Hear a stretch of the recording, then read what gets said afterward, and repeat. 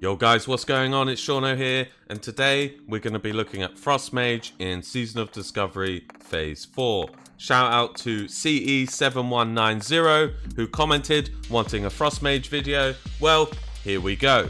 First, let's see how Frost Mage looked in the PTR testing. Now, of course, this was on the test work bosses. It's not going to be 100% accurate compared to the raid bosses, but we get a pretty good idea. So obviously you can see Fire Mage is next to the top. We've discussed that in the last video. There was a slight nerf to Frost Firebolt, but generally they're looking like the top caster.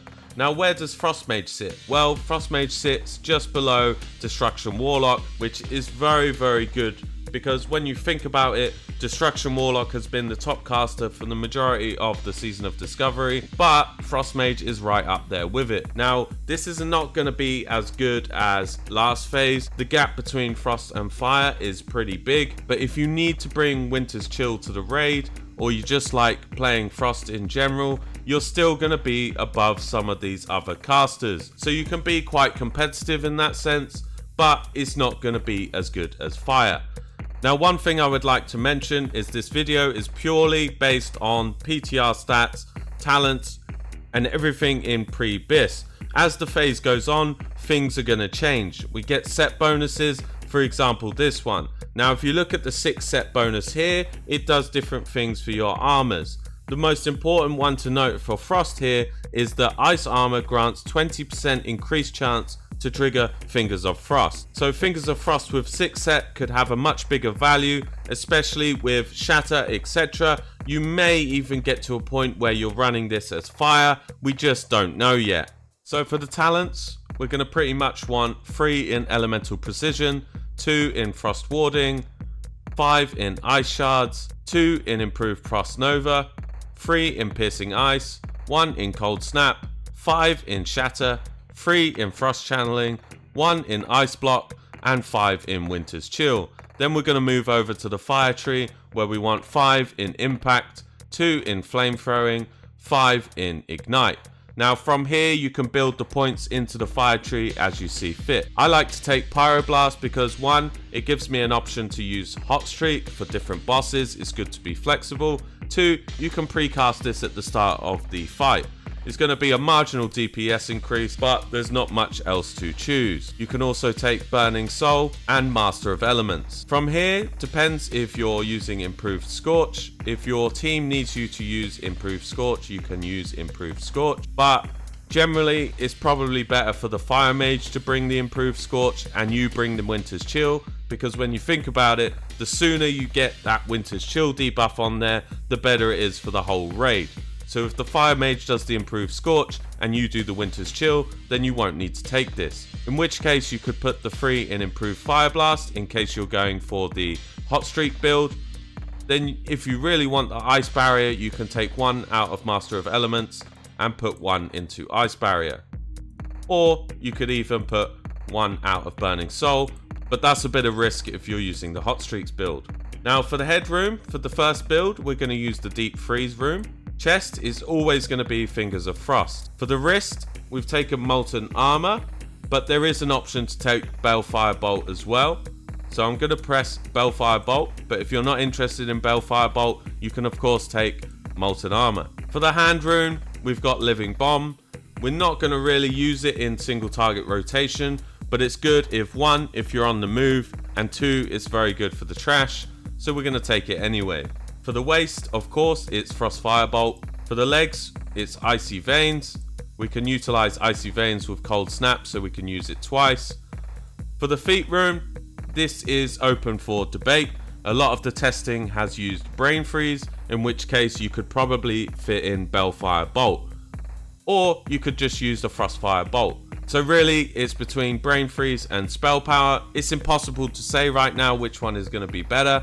In a shorter fight, then probably Spell Power is better. As the fight goes longer, Brain Freeze is going to bring more and more value, and it's proccing quite a lot. For the cloak, we're going to use the new Frozen Orb rune.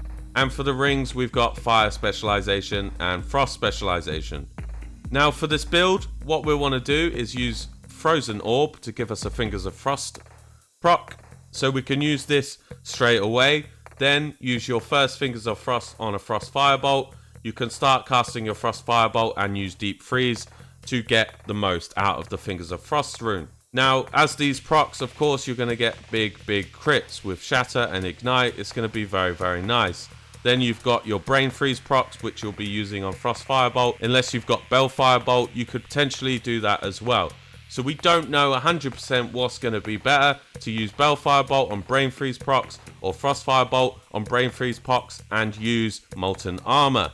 So this is open for debate. I'm not saying I'm the best mage in the world, and there's a bit of misconception on the Mage Discord that I seem to know everything, and when I occasionally get it wrong, there's a lot of hate on that. What I will say is I'm 95% confident that this build will work, and it's going to be decent DPS. The most important thing is that you're bringing Winter's Chill to the raid, and you have a lot of flexibility to move things around. So now we're going to talk about the second build. What you could do is take Hot Streak instead of Deep Freeze and Overheat instead of the Orb. Now that's why I've taken Pyroblast and Improved Fire Blast, because we can rotate this around throughout the raid depending on what's better. Again, we could use Spell Power in this build or Brain Freeze. We get to see which is the best build, but they're both going to be very strong.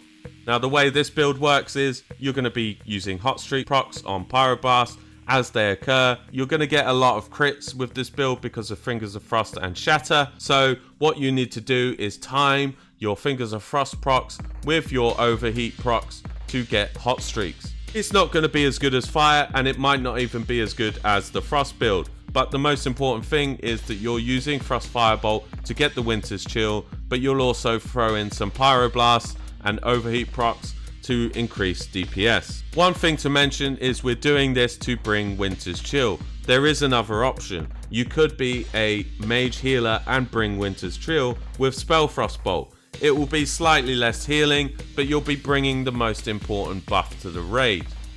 That's something I can talk about in another video. If you're interested, leave a comment.